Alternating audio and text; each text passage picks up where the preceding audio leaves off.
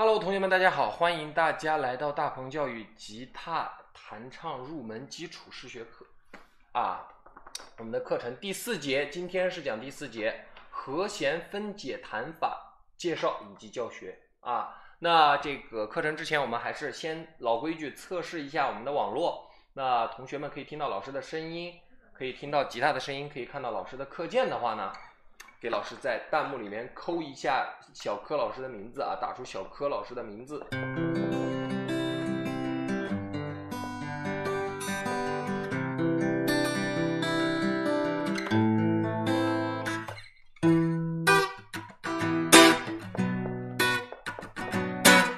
OK， 那好，那我们正式开始我们今天的课程。老规矩不变，我们上课之前还是先来复习一下上节课的内容。上节课学习了什么呢？结合 CFG 3个和弦练习了和弦谱的认谱，对吧？那其次我们认识了拍号，然后第3个我们弹唱了生日快乐歌。对，这3样我们先来复习。老师今天唱歌吗？等会儿课程结束给大家福利，好吧？来，第一个 C 和弦啊，同学们还是笨办法也要用，聪明办法也要用。笨办法是什么？把它标出来，自己按不错，对不对？那其次，聪明的办法，老师上节课也讲过了，直接去记指法，左手手指在这个按住哪个位置，把它的这个指法记住。这样的话呢，你弹琴的时候按和弦一把就能按得到，好吧？明白老师的意思啊 ？C 和弦啊，再给大家看到老师的一个手部细节图。同学们抓紧时间啊，把吉他抱出来，抱出你的小吉他，然后左手按住和弦，完成的同学扣一下1，让老师看到，好吧？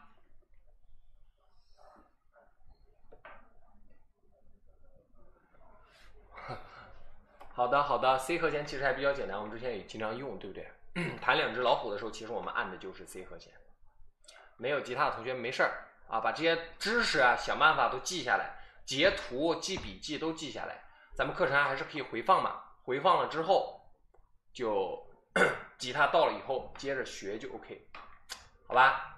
那第2个是我们的 F 和弦，同样老师给大家进行标注啊。上节课没来的同学也可以现在截个图，我们复习呢。F 和弦同样记住它的手指的按法，对不对？手指的按法也可以去截个图啊，来，我们按下 F 和弦，按好的同学继续在弹幕里面扣1。同学们上课要认真哦，不能开小差。弹幕里面刷起来，我们完成的同学刷一下1，好不好？老师一定要保证大家学得会才是最重要的，对不对？开心而且要学得会。OK， F 和弦弹完了之后，我们再来 G 和弦，同样啊，给大家标注清楚，需要截图的同学现在也可以截图。G 和弦啊，6弦3品无名指，5弦2品中指，1弦3品小拇指，怎么按呢？啊，老师给大家2个方向的图。注意，老师按的时候，食指的这个位置啊，老师是故意翘起来的。为什么？防止大家有一个视觉上的一个错觉啊。老师如果把手正常的放在这个位置上呢，大家会以为老师按在了这里。老师专门把手指翘起来啊，避免大家的误解。那这里这个俯视图也可以看得很清楚，对不对？老师的这个食指是没有按弦的啊，千万别弹错了，别按错了。好 ，F 和弦完成的同学继续在弹幕里面扣一下666，给自己扣一个666。我们这3个和弦就复习完了，主要还是看大家的一个指法啊，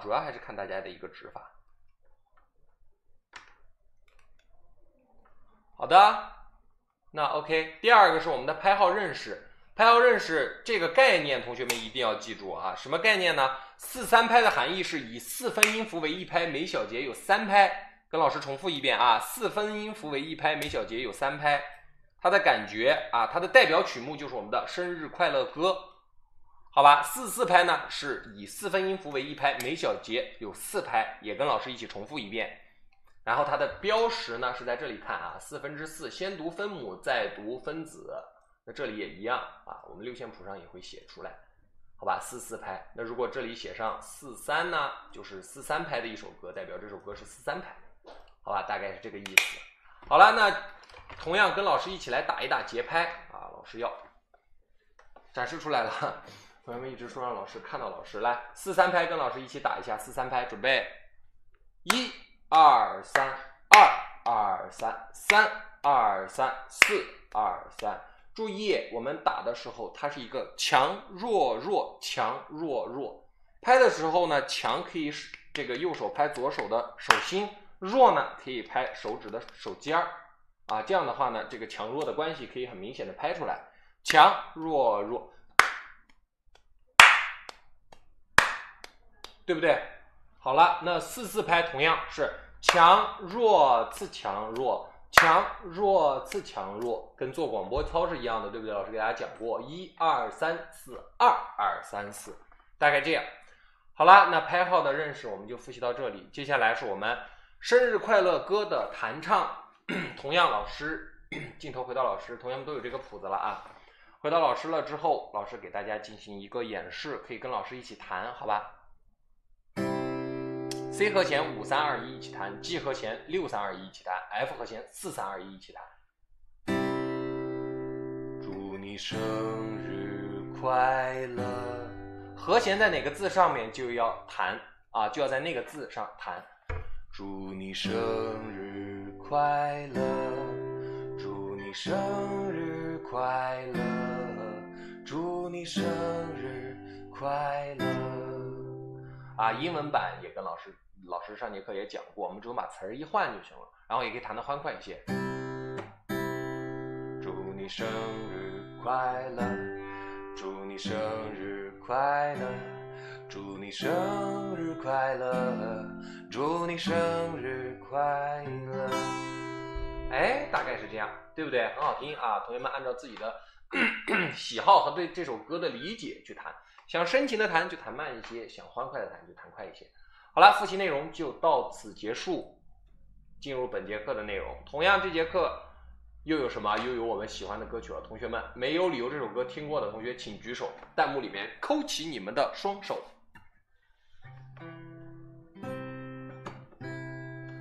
啊，举起你们的双手在弹幕里，让老师看到。想学吗？想学吗？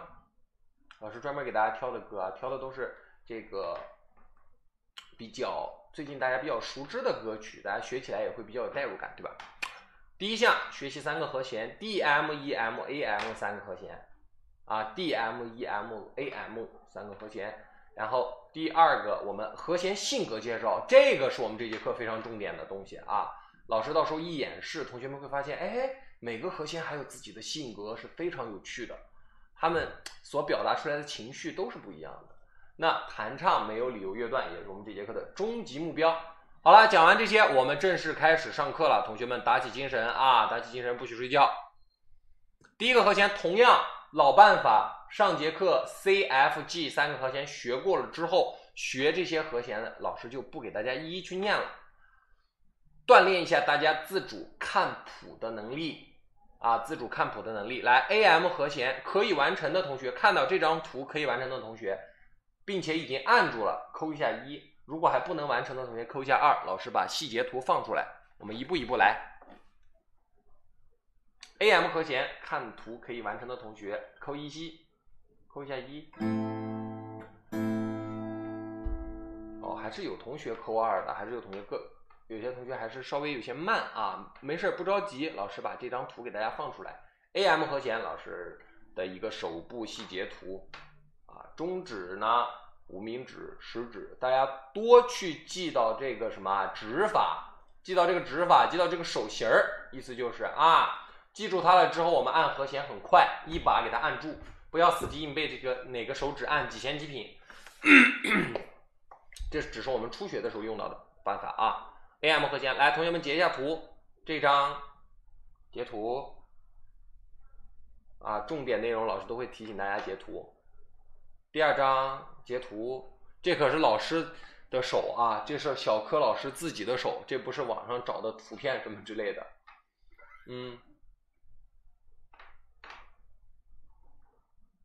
好了，截完图的同学继续扣1，抓紧时间，我们课程一定要有互动性啊！老师问大家问题呢，大家要踊跃回答。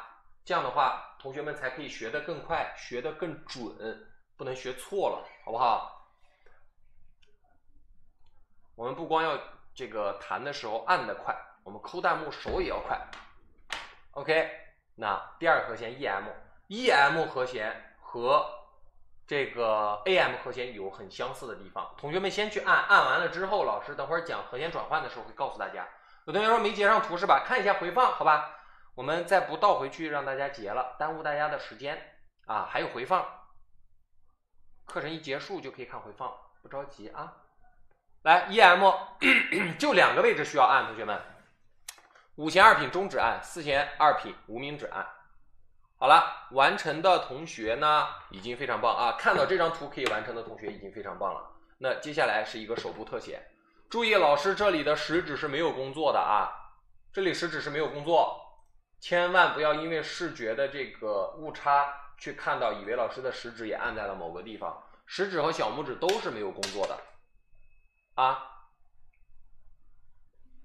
好的，那同学们一直在扣1，那就是可以完成，然后记得截图。把它都截下来，后期练的时候好有个对照。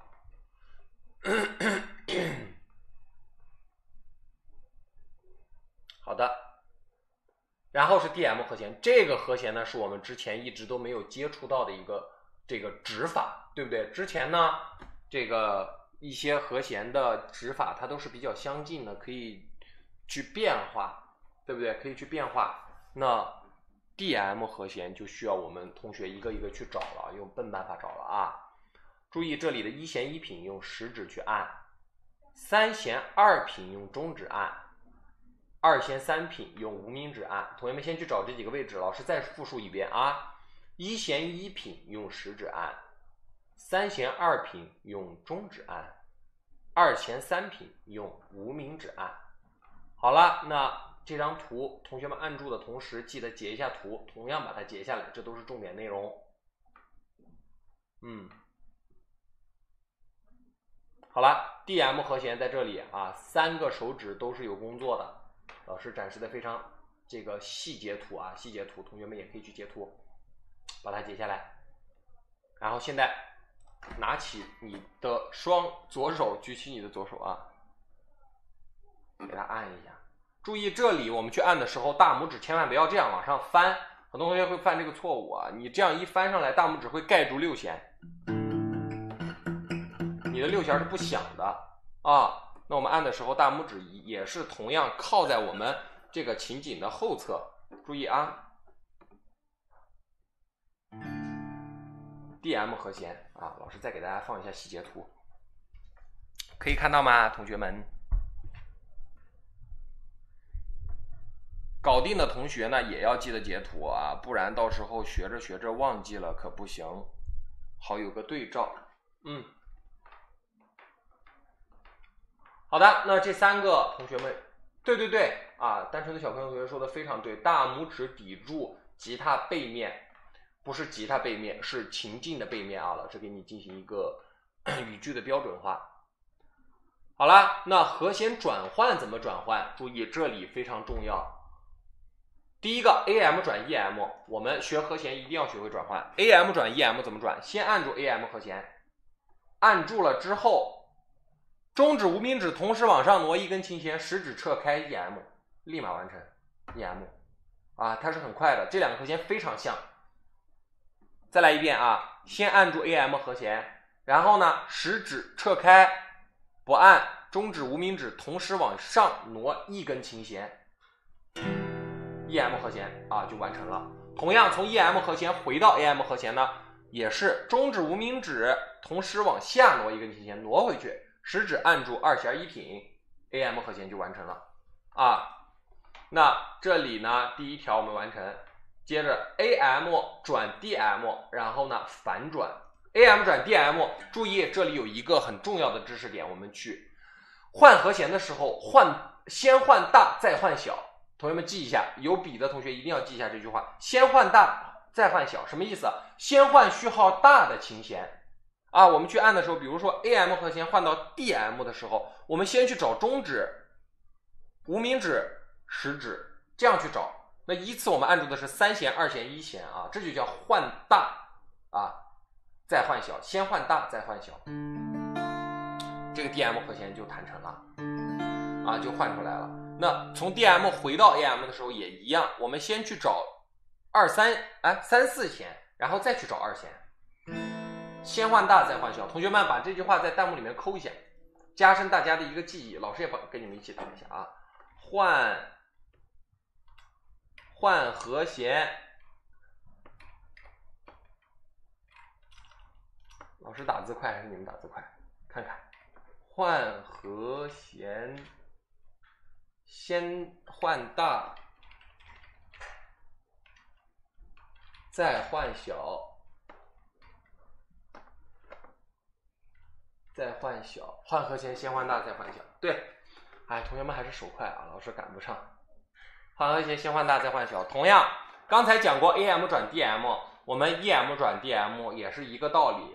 EM 转到 DM 的时候，先找什么？先找3弦、2弦、1弦啊，3弦2品，2弦3品，1弦1品，这样。哎，小爱同学说是因为先会弹到大，对，非常棒，老师要给你举一个大拇指啊！你看也是有一些基础的同学，因为我们弹琴的时候会先弹到这个数字比较大的序号的琴弦，你比如说我们后期会接触到的扫弦啊 ，EM 和弦我们按到的时候，我们扫的时候是，对不对？一个扫弦啊，那我们换到 DM 的时候，包括我们弹分解啊，也会先弹序号大的，再弹序号小的，这是一个小小的规律啊。小爱同学能发现非常的棒，非常棒，好吧？那这个和弦转换，同学们要记得去多加练习啊，多加练习。好的，这一块结束。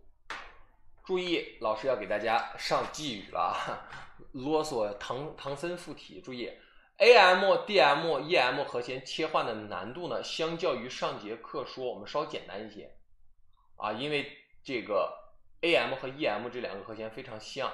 然后老师也给大家分享了先换大再换小，对不对？这一个小小的技巧，所以说同学们去换的时候呢，这一节课的和弦其实比上节课要稍简单。那要求同学们对于已经学习的6个和弦进行相互的转换，进行认真练习啊。这里稍后老师会布置2条作业。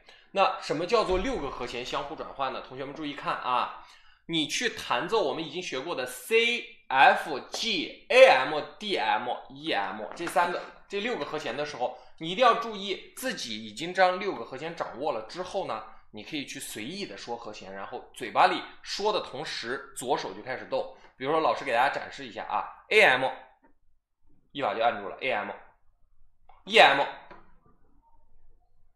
啊 EM， 然后 DM、G 啊，同学们就去这么练习，嘴巴手一定要跟上嘴巴的速度，这样才算足够熟练啊。同学们在弹幕里面扣说这个有一个软件可以调音，然后也可以学 C 调和弦什么之类的。等会儿这些小技巧老师给大家准备好了啊，这些好用的软件等会儿就告诉大家。我们还是回到课程本身啊，等会儿有重要内容听不到了，好不好？别搜了啊。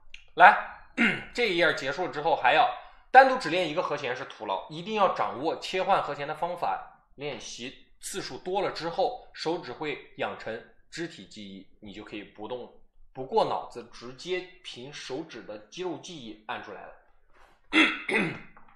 同学们记住啊，这节课跟上节课讲的这句话是一模一样的啊，适用于这节课的3个和弦也适用啊。好了，那这个部分的内容就结束，我们来讲和弦性格的介绍简介。那注意这里我们要讲啊，大和弦跟小和弦。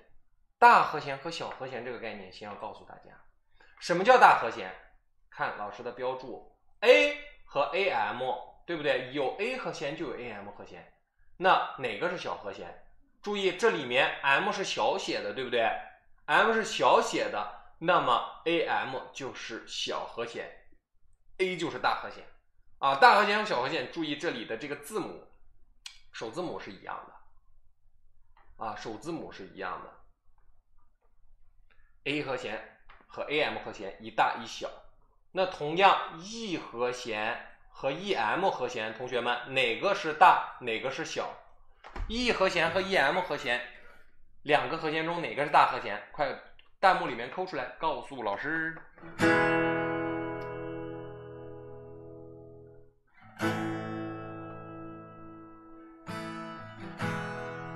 E 大，对不对 ？OK， 同学们掌握的非常快。那大和弦、小和弦有什么区别？同学们听一下啊。我们不光有大和弦、小和弦之分，后面的这个进阶的课程我们还会讲到什么7和弦、9和弦啊，这些和弦如何构成，我们先不讲，我们先感受一下它的一个性格。其实每个和弦都有性格的，怎么去做？我们老师先给大家弹一个 E 和弦，同学们听一下啊，大和弦什么感觉？同学们告诉老师。是不是很明亮？大家听到这个和弦的时候是非常明亮的，对吗？它给人的感觉就很直接啊，就是很直接的给到你，而且也比较欢快，对不对？那我们来谈一下 EM 和弦，你一听这个感觉，告诉老师你的直观感受。哎，是不是要比 E 和弦稍微忧伤一些？同学们感受到了吗？老师对比一下啊，再弹一下 E 和弦。很明亮，对不对？对不对？那我们到 EM 和弦，哎，有没有像情歌里面啊，唱情歌的时候会用到这些和弦？静静的村庄飘着白的雪，大概这样，对不对？那 E 和弦和 EM 和弦，它们展现出了这样的特性，我们去看看其他的大小和弦有没有这样同样的特性呢？好了，那再听一下啊，再听一下，我们 A 和弦先弹一下，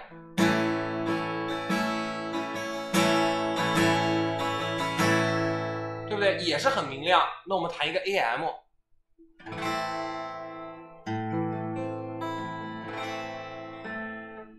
对不对 ？AM 明亮还是忧伤？来，同学们踊跃回答，告诉老师你们听到这个和弦的感受。AM 是忧伤的还是明亮的？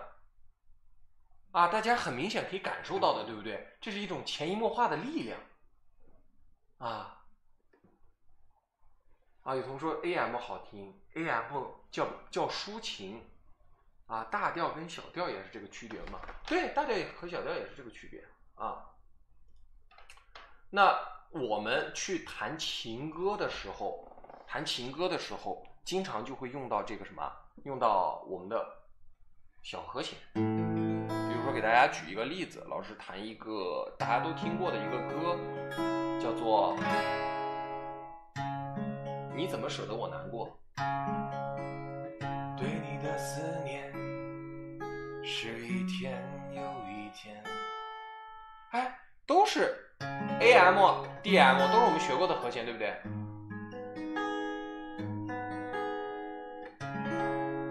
很明显发现了。那同样，老师再弹一首歌，你们也听过的。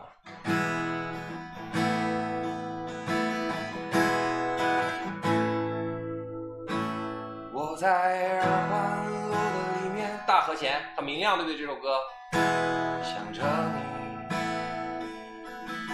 你在远方的山上，春风十里，对不对？那我们这种春风十里中很明亮，一听就很明亮的一首歌曲，它就会用大和弦它会用大和弦用的多一些，这就是它们的区别。同学们听懂了吗？懂的同学扣一下懂懂的同学扣一下懂，让老师知道你们到底感受到这个细微的变化了没？懂了。有同学在这个弹幕里面抠变调夹是什么用？什么情况用到变调夹？9节课、10节课、2节课都会讲到9、10节课都会讲到怎么用变调夹，什么作用都会给大家讲不着急，跟着老师慢慢走。好了，这个和弦性格呢，大家去记住，有这样一个感受就行了这也是对大家一个乐感的一个培养。那之后可能同学们去经过不断的学习了之后，可以就是去给一些自己写一些歌，你知道吧？写出来这些歌的时候，想去配和弦这其实是一个小小的思路，提供给大家。好啦，那第3个也是我们这节课的重中之重，弹唱没有理由乐段。没有理由这首歌的乐段，同学们打起精神来啊！很多同学快睡着了。好，那学习之前，老师先给大家展示一下这首歌最后弹出来是一个什么样的效果啊？老师找一下啊。没有人可以去等待，不知不觉地放开你，我们都没有那勇气 ，baby。I'm sorry, I'm so lonely。大概是这样。那这首歌里面难度的地方几点，老师现在一点一点讲，同学们注意听啊。第一个，同学们肯定会遇到这样一个疑问，老师，一个小节一个小节，那这个和弦写在这个小节上，就证明这个小节是需要左手按这个和弦，对不对？啊，这个小节对应这个和弦，那这个小节它上面没有和弦怎么办？这种情况注意老师的第一句话，和弦写在小节的前端，整个小节都按住保持这个和弦啊，这是第一个，写在这个小节前端，这个小节都保持它。那其次，歌词出现的位置跟弹奏的对应关系呢，等会儿讲。那这里空的这一个小节，由于它上面没有和弦，所以说我们依然把 C 和弦保留过来啊，把 C 和弦保留过来，那这里也是 C 和弦，我给大家写一下啊。哎呀，老师拿鼠标写字是真的丑。好，这个还不错啊。C 和弦 C 和弦，同理可知呢，第4小节对不对？我们同样没有和弦，那 G 和弦也要顺理成章的挪过来，对吧？好了，那弹奏的时候呢，歌词出现的位置跟弹奏的对应关系啊，以及弹唱之前跟老师一起打拍子呢，我们现在就来做。怎么去做？注意这首歌一共是1、2、3、4啊，我们要打4下拍子。那打4下拍子了之后啊，等会儿老师先把这个老师自己给它挪出来，然后把它放小，不要挡住同学们，然后这样同学们既可以看到老师，也可以看到谱子，好吧？那跟着老师一起打。那它一共有4个4分音符，那我们就先打4拍，1、2、3、4。那这4下呢？有同学已经在里面抠了。第一小节是弹5、3、2、1，我们拍这4下手就是模拟这5、3、2、1弹的这4下。那拍手的作用是什么呢？我们把拍子拍清楚了之后，把歌词唱进去，这样同学们对应的时候会有一个一对应的关系啊。那现在看第一小节没有跟这里的第2个音是对应的，对不对？对啊，人是对应的第3个，可以是对应的第4个。那我们怎么去唱？先空拍一下，什么都不唱，对不对？第一拍底下没有字儿，那我们就把它空下来。没有人可以，对不对？第3下和第2下跟第4下拍手的时候要唱2个字，第1下拍手的时候不唱，第3下拍手的时候只唱1个字啊。那这里对应的关系非常明显，注意老师给大家画出来，就在这儿啊。第1下拍手没有字，第2下拍手2个字，第3下拍手1个字，第4下拍手2个字。跟老师一起来做，伸出你们的双手啊！没有人可以，再来一遍第1小节，没有人可以，然后第2个小节同理，去等待2、3，对不对？第2下和第3下都没有对应的字，我们就光拍2下手就行了。去等待，第2下拍手的时候唱2个字，等待，去等待。去等待，对不对？那我们2个小节拍子已经打明白了，歌词也对上了，那我们2个小节连起来唱。没有人可以去等待4、3、4啊，不清楚的同学可以把3、4唱出来。再来一遍，没有人可以去等待去等待3、4，对不对啊？再来一遍，我们这一遍弹完，这边这个拍子打完，基本上同学们都能掌握了，对吧？来，没有人可以去等待3、4，对不对？啊，这个有同学说掌握了，还挺好玩的，是，其实挺简单的，没有大家想象的那么难啊，没有大家想象的那么难。好了，老师把自己再挪过来，这次要放小点，还是让大家看清楚，老师，对吧？好了，那这里同样，不知不觉的放开你，注意放开你啊，放开你，这里开字它是对应的这个第二拍和第三拍中间的位置，对不对？它不对应第二拍，也不对应第三拍，对吧？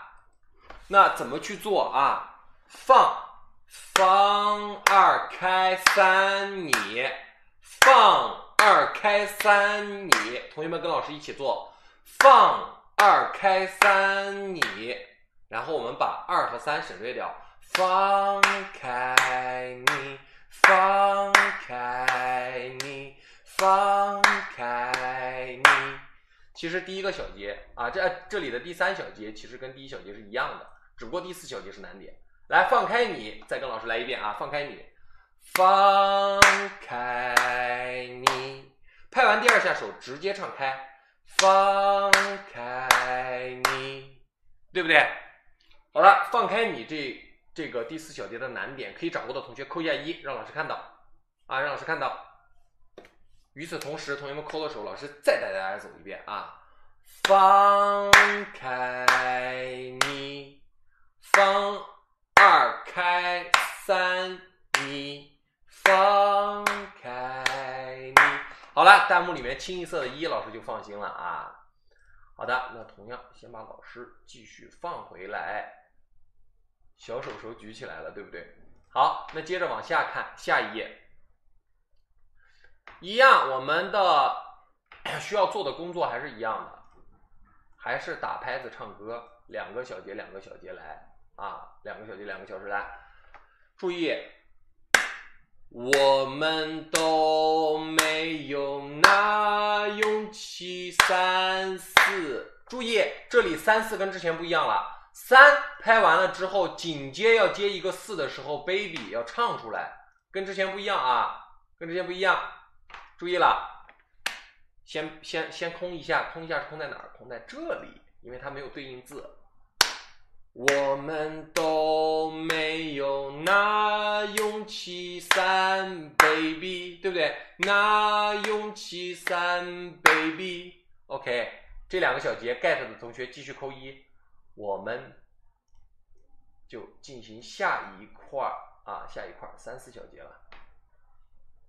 再把自己放在一个角落里面，太可怜了，老师都不能露出一张全脸。好的，那这里继续第3、4小节呢，是第一下还是空，对不对？第一下还是空，因为它什么都没对应。I'm sorry， I'm sorry。注意 ，sorry 这个英文单词其实它是2个音节，对不对 ？Sorry， 那这2个这个音节呢，刚好对应到这2拍上。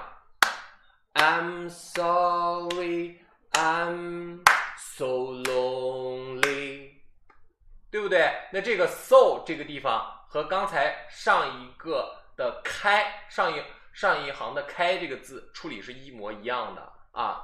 I'm so lonely, I'm so lonely， 对不对？啊，不会英文没事，老师的英文也不好，都 sorry 了，还有 lonely 了啊，没事，多唱唱感觉就出来了。其实很多同学这个英文这一块，包括唱歌这一块也是一样的，大多是不敢开口啊，自己的声音一定要多放出来。Sorry, sorry, sorry, I'm sorry, I'm so lonely。你的声音好听的时候，英文单词也自然变得好听了啊，真的是这样，真的是这样，大家大胆的去唱就好了。那注意啊，老师把这个自己再消失一下。好了，这里有一个同学们绿框起来的地方没有啊，没有。lonely 在3、4的位置，对 ，lonely 在3、4的位置啊，非常对。lonely 是对应3、4的位置 ，lonely 跟这个 sorry 一样，也是双音节的单词啊，分别每个音节对应一个。OK。现在来看绿框里面的位置，同学们没有接触过的这一个标记，什么呢？老师给大家讲啊，第一个是这里的小横杠，小横杠是什么？是休止符作用呢是为了填补小节中的拍子，唱的时候时间空出来，不弹奏，也就是说 I'm so lonely， 注意最后一个是一个 I'm so lonely 就完了啊！注意这里就弹一下，这里全是空的，空的时候琴弦不发声，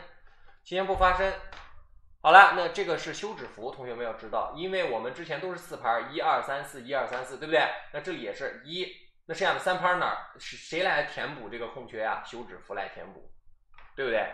好了，那再有绿色的框中圈起的这个波浪线的东西是什么呀？曲线的东西是什么？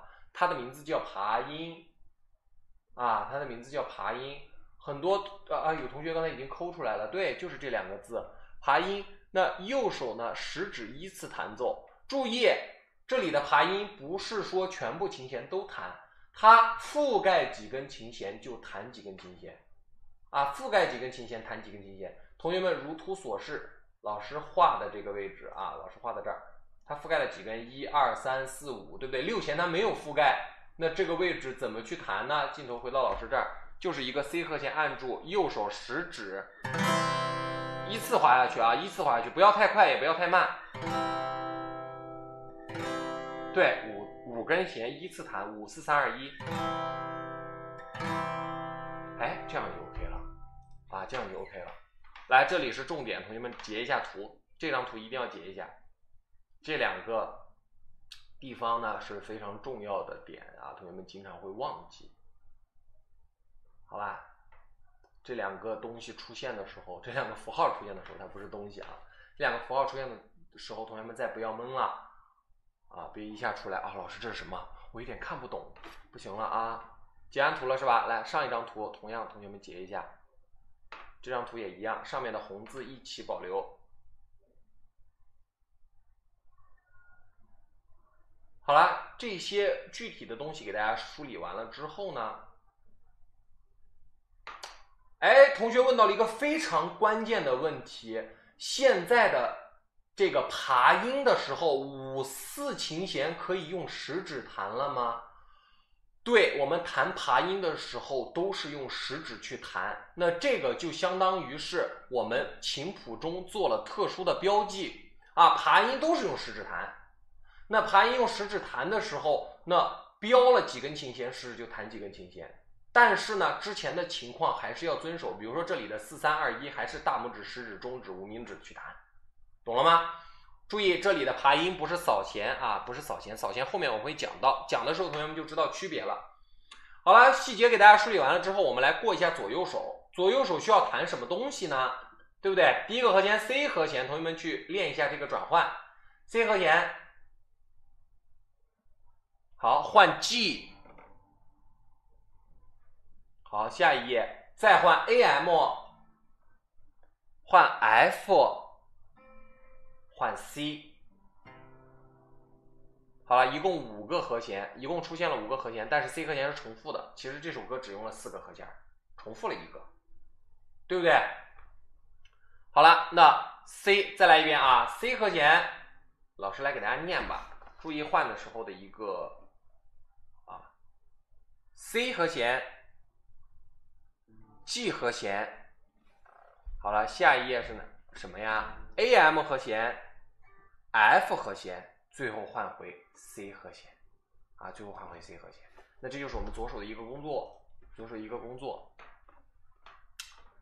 好了，那右手的工作是什么呢？右手的工作如图所示，2遍5 3 2 1，一个6 3 2 1，来，同学们弹起来。这时候我们把左手加上 C 和弦5 3 2 1 2遍。换 G， 左手换 G 和弦，右手6 3 2 1 2遍。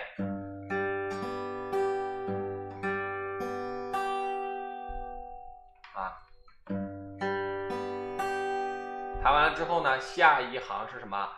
左手 AM 和弦5 3 2 1 2遍。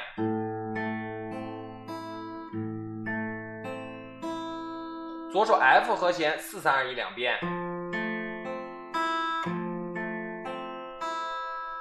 然后 C 和弦一个爬音5 4 3 2 1，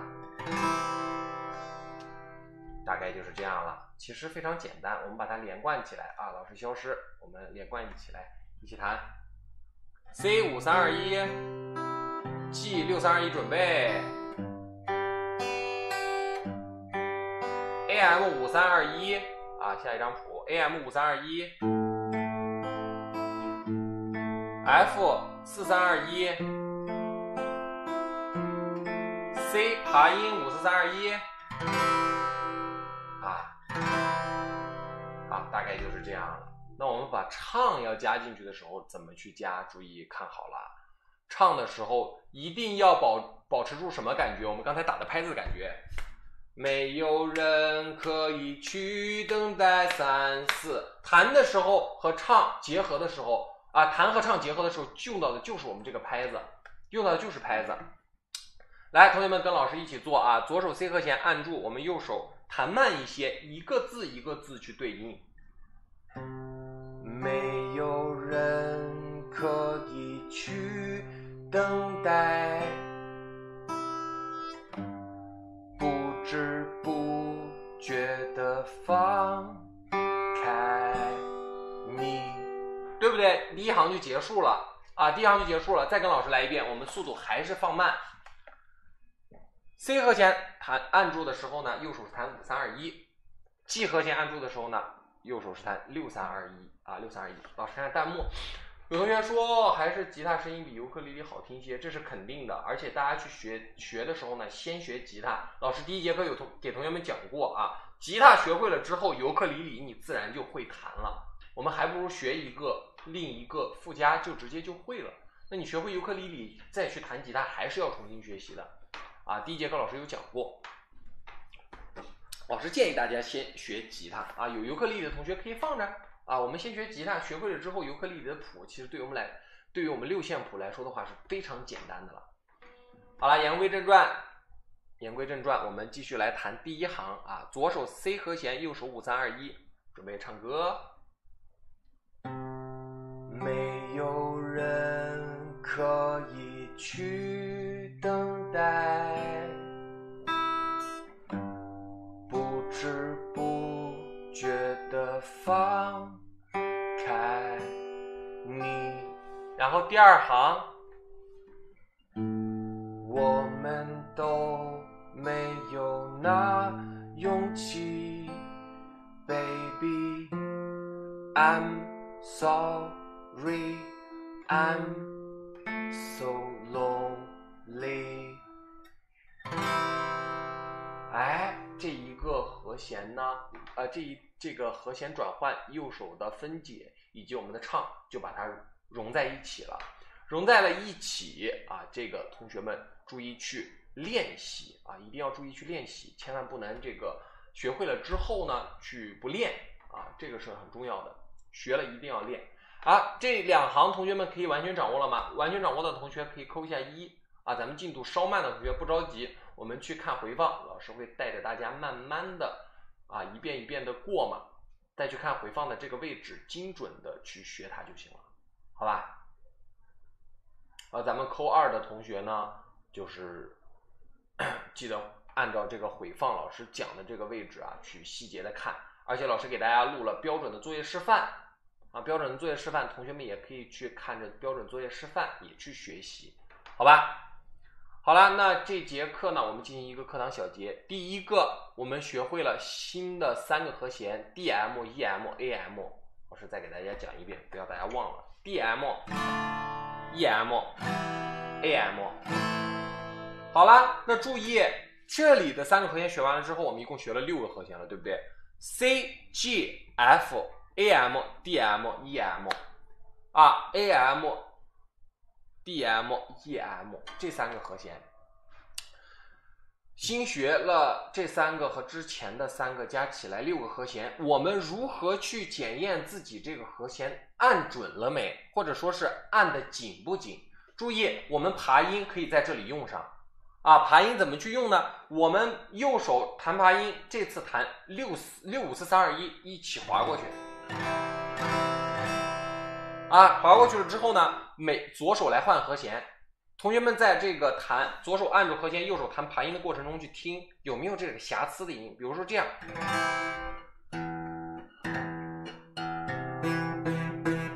音很明显，对不对？啊，有一个杂音，是不是？那这里呢就出现了问题，证明你的这个和弦没有按紧，啊，没有按紧。啊，这个就是紧的。那如果哪个琴弦不响，你很明显可以听出来。啊，它就不响，那这就是一个检测的方法。有同学问到，爬音可以用大拇指吗？可以的，啊，可以的。为什么老师让大家去用食指呢？因为食指弹的时候呢，你的这个指甲可以用来去弹爬音啊，这样的声音更明亮，而且不容易伤到手。我们如果拿大拇指去弹爬音的话呢，哎，它的声音比较闷，对不对？其次呢，容易这个磨破手上的皮子，啊，磨破手上的皮。对吧？老师的这个老手了，弹了很多年吉他的手了，不怕。同学们可能好多新学吉他的同学这样容易把这个大拇指给磨破了，所以说老师建议大家用食指。这个大家懂了吧？想用大拇指和想用食指去弹爬音都可以的啊。同学们问的这个问题非常好啊，都可以的。还有同学说只能回去慢慢看回放练习了，老师太快了。老师的这个1个小时的课程，因为咱们课程时间有限，教给大家的都是方法啊，大家这个只要去掌握了这个方法，课下去练，咱们配合着回放去使用啊，主要是还是跟着老师。中途如果有这个没有立马可以达到老师讲的那个效果，这是非常正常的啊。老师这个给你演示完方法之后，老师会给你展现一个正确示范，一个完整的操作，那你去看到就 OK 了。那之后去练了之后，你才可以达到这样。那1节课1个小时，老师给你讲完，你立马就能会的话，这是不可能的啊，这个是不可能的。你只能说是懂这个方法啊，只能懂这个方法。好了，那第2个和弦性格的介绍也给同学们讲了，2首歌曲也给同学们讲了，对不对？啊，这个大和弦、小和弦啊，他们都有什么样的性格，对不对？好了，那第3个就是没有理由乐段的弹唱。没有理由乐段的弹唱就是我们刚才讲过的，好吧？那这里给大家小小的讲一下，我们之后学习的时候，我们可以把没有理由弹成什么样？其实没有理由啊，这个没有理由这首歌可以弹出非常多的样式。我们今天这才是第4节课，对不对？那根据老师之后的给大家安排的课程内容，同学们可以去弹出无数版的没有理由这首歌，很多版。那同学们可以去听啊。没有人可以去等待，不知不觉地放开你。那很多同学说了啊，我这个调太低了，我要把我的这个调提高一点。变调夹会教给大家如何用。没有人可以去等待，不知不觉地放开你，我们都没有那勇气。Baby, I'm sorry, I'm so lonely。啊，也可以去弹到。那之后同学们学了扫弦了之后，可以把扫弦用到这里啊。没有人可以去等待，不知不觉地放开你，我们都没有那勇气。Baby, I'm sorry, I'm so lonely。哎，是不是很多了？老师这就弹了几种了？弹了2种了，还有没有人可以去等待，欢快，不知不觉地放开你，我们都没有那勇气。Baby, I'm sorry, I'm so lonely。哎，这个 OK， 搞定了，是不是？那同学们之后的这个方法，只要掌握了后面的方法，你们再回来弹这个没有理由的时候，可以用无数种办法去弹啊，无数种办法去弹。好啦，那我们接着来看作业了啊，接下来就是作业了，要求大家依次按出3个新的和弦 DM、EM、AM 啊，怎么去这个检测它呢？就是我们右手去弹爬音，弹的可以慢一些啊。我们按住 DM 和弦，刚才老师讲过的，对不对 ？EM 去检测自己 ，AM。好了，那弹唱没有理由乐段呢，就是老师这个标准作业示范中的样子，也是老师刚才演示了很多遍。那我们接下来看作业要求，作业要求呢，和弦按住之后弹爬音，对吧？啊，弹6个4 3 2 1。那没有理由这首歌呢，弹唱不要求速度，只要流利就可以啊，只要流利就可以。中间卡壳的这个情况弹的再快，中间如果有卡的话，这首歌是一定不完整的。同学们一定要去记住啊，练琴的时候不能图快，一定要求稳，好吧？一定要求稳。OK， 那今天这节课我们内容就到这儿。那同学们要求我们把这个福利的部分放到这节课程中 ，OK， 老师满足大家的要求，好吧？那第一个，老师刚才答应大家给大家分享的一个非常好用的这个吉他的这个软件啊，吉他的软件叫做什么呢？叫做老师给它打出来，老师给它打出来。同学们先稍等一下，老师给你们打出来，好不好？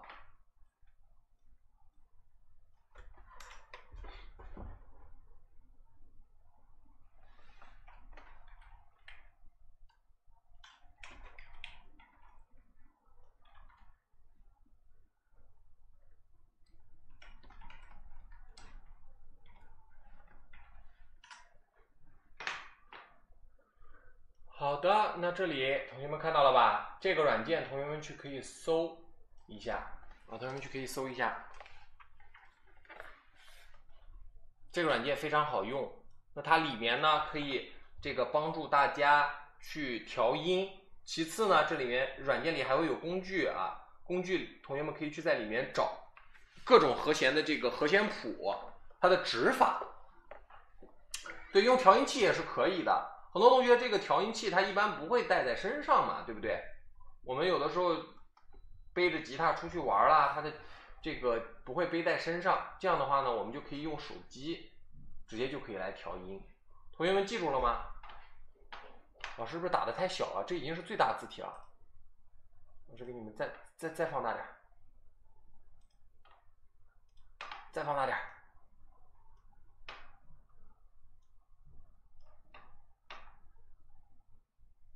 截图了对吧？大家记一下啊，这个是非常好用的软件，我们手机嘛，随时带在哪里都可以用得到。然后和弦忘记的时候就看老师的截图，你们必须看老师截图。老师给你们那么认真拍了，就看老师的手型是最直观的啊，是非常直观的。对，这个用手机就可以，不用调音器那么麻烦。好了，那这是第一个福利，其次第二个福利。第二个福利，老师要给大家讲一些什么呢？我们唱歌的技巧，大家想不想听？唱歌的技巧大家想听吗？想听的同学扣1，我们依然把它录在我们这个回放里面，回放里面同学们都可以看得到，好吧？哎，1已经扣起来了。好的，那我们弹唱3分弹7分唱，我们弹的时候因为毕竟你不管怎么弹，琴是一个没有生命的东西。我们将音乐赋予它自己，就是我们赋予音乐自己的情绪以及自己的情感的时候呢，用到的大部分是我们的嗓音，以及我们去弹奏它不同的手法，对吧？那我们弹唱的时候表达的最多的其实就是我们唱歌了。好了，今天给大家分享的一点就是说什么？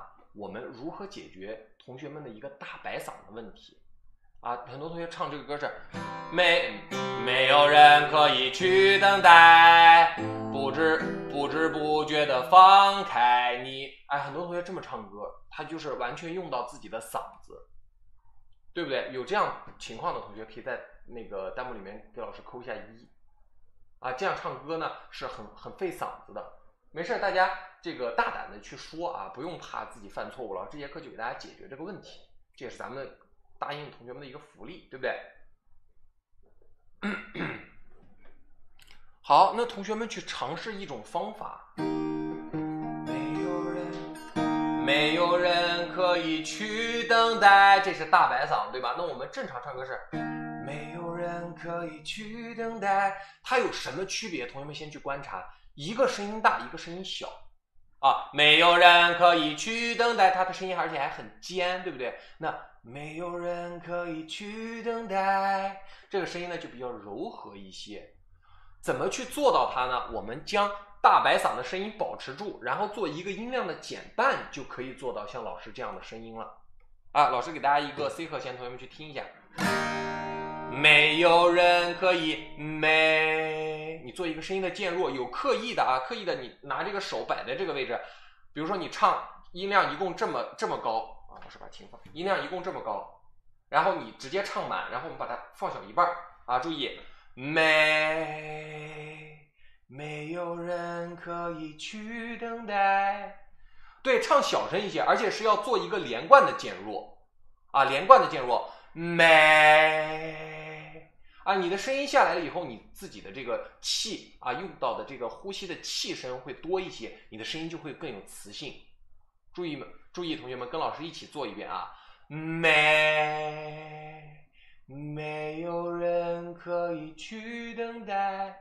那这个方法同样适用于什么？适用于你唱着唱着，很多同学又跑回大白嗓了，对不对？你看没有人，他把声音又起来了，对不对？没有人，你如果大白嗓了之后，你再做一个渐弱，没有人可以去等待。记住这个音量以及这个我们用嗓子的一个状态，用这个我们凭感觉去记住它，记住它了之后，我们再去唱歌就会好一些啊，好很多。而且说是同学们感受到这个方法，觉得这个方法这个对自己的是不是有一个很明显的提高？可以弹幕里面给老师反馈一下，对不对？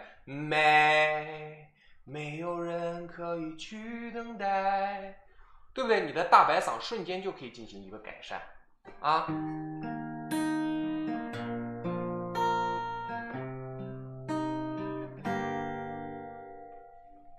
声音很沙哑的同学不用担心，你的声音是什么样就拿什么样的声音去这个唱歌，好吧？刚才的方法掌握了没？同学们赶紧上课认真点啊！上课认真点，别聊其他的问题。刚才掌握了没？老师给大家发的福利啊，没掌握老师不管你们了，你们老在底下聊别的天儿。